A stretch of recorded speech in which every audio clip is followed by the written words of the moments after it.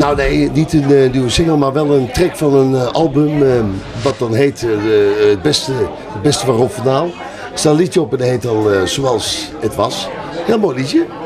En dat hebben we eigenlijk nooit niks mee gedaan. Dus waarom zouden we dat niet uitbrengen? Bij deze doen we dat dus wel. Zoals het was. Het woord zegt het al over vroeger.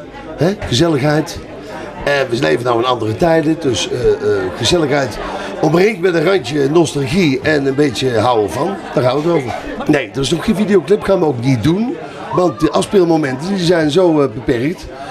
Dus je komt zelf wel veilig aan bod. Dus we gaan eerst eens even kijken wat de single gaat doen. En dan, wanneer het een goede airplay krijgt, dan is de clip heel snel gemaakt. Het leuke ervan is dat iedereen nu een beetje aan bod komt. Dus alle talenten die staan op en dat zie je in diverse tv-programma's. En de oude garde zal altijd wel blijven, want je weet natuurlijk wel, het gaat uiteindelijk toch een beetje om wat je op de bühne doet. Hoe je de mensen een half uur kunt amuseren, zeker voor toegevoegde waarde kunt zijn. Dus ik ben met alle ontwikkelingen hartstikke blij. Want hoe meer talent om de hoek komt kijken, hoe beter het is. Ook voor het nationale product.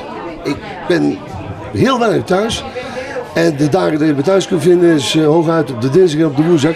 En voor de rest zijn we aan het werk, Johan, je weet het. Hè? Dus altijd onderweg. En datgene doen waar ik blijkbaar goed in ben. Nou, geef mij Nederland maar gewoon, want er is genoeg te beleven. En ik heb al zoveel jaren Spanje gedaan, Turkije. En dat blijf ik ook weer wel doen, daar gaat het niet om. Maar ook gezellig, want ik doe het meestal aan tijden dat de Nederlanders op vakantie gaan in Turkije of in Spanje. Dus ik heb het dan altijd wel aan mijn zin. Maar het liefste ben ik gewoon lekker in mijn kikkerlandje.